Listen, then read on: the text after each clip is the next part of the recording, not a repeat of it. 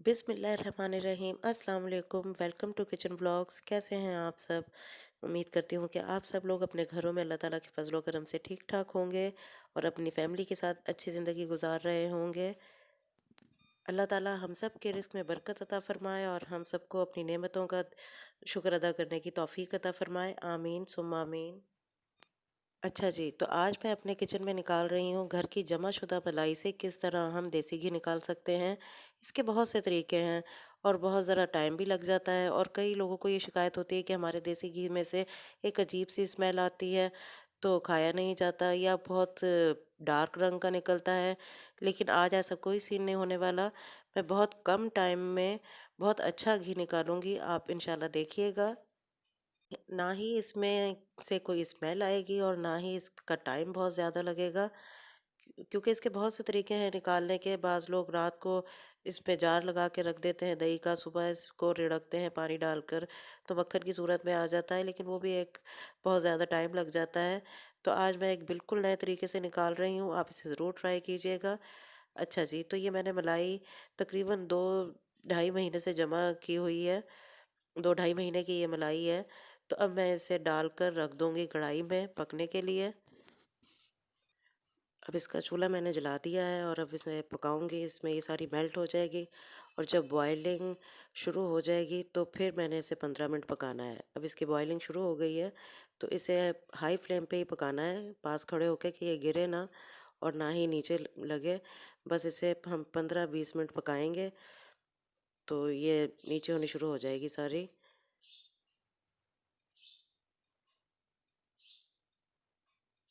बस इसे छोड़ के बाहर नहीं जाना है किचन से। पहले बहुत देर पकाया जाता था, तो कई काफ़ी देर पकाया जाए तो इसका रंग ख़राब हो जाता है और स्मेल भी आ जाती है। ये देखिए मैंने 15 मिनट पकाया है सिर्फ़, तो ये इतनी नीचे हो गई और इसकी साइडों से हल्का-हल्का सा घी नज़र आना शुरू हो गया है। तो बस इस स्टेज पे चूल्हा बंद कर देना है 15 मिनट बाद और फिर अब मैं इस कढ़ाई का सारी मलाई को इस देचकी में शिफ्ट कर दूँगी। तो इसमें मैंने ये सारी डाल ली है मलाई। अब इसके बाद आम नॉर्मल टेम्परेचर का पानी जो बाहर किचन में पड़ा होता है, बस वही डाल दें इसमें। जितनी मलाई है उससे तकरीबन 4 गुना ज़्यादा पानी डलेगा इसमें। ये मेरी देचकी आधी से भी कम थी, नीचे-नीचे ही थी इसकी मलाई, तो मैंने इसे तकरीबन पौनी कर दिया है पानी से। तो सादा पानी डालने से ये होगा कि इसके सारा पानी नीचे हो रह जाएगा और इसमें जितना भी घी है वो ऊपर आ जाएगा सारा। तो अब इसे 1 या डेढ़ घंटे के लिए मैं फ्रीज़र में रख दूँगी ताकि ये जम जाए। बहुत हार्ड इसे नहीं जमाना है, लेकिन 1 डेढ़ घंटे में ये अच्छा जम जाएगा, तो इसके सारे ऊपर घी जम जाएगा। फिर हम उसे उतार लेंगे। तो फिर मिलती हूँ आपसे मैं 1 डेढ़ घंटे बाद। इसे फ्रीज़र में रखने लगी हूँ मैं। अच्छा जी, मैंने डेढ़ घंटे बाद इसे फ्रीज़र से निकाल लिया है अब और इसके ऊपर सारा घी जम गया है। ये देखें, अब मैं इसे आराम से इस चम्मच से निकाल लूँगी। इसके नीचे-नीचे सारी वेस्ट है, पानी है, वो किसी काम का नहीं है और इसके ऊपर सारे घी है। ये देखें कितना सफाई से इस तरह घी निकल आया है और ये बहुत वाइट होता है और ये बिल्कुल ऐसे ही लगेगा जैसे ये मक्खन से निकाला है।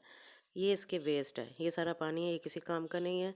ये वही एक्स्ट्रा पानी है जो हमने डाला था, इसे हम ज़ाया कर देंगे और इसके ऊपर से सारा घी हमने उतार लिया है। अब घी को उसी कढ़ाई में रख के मैंने फिर दोबारा चूल्हे पे रख दिया है।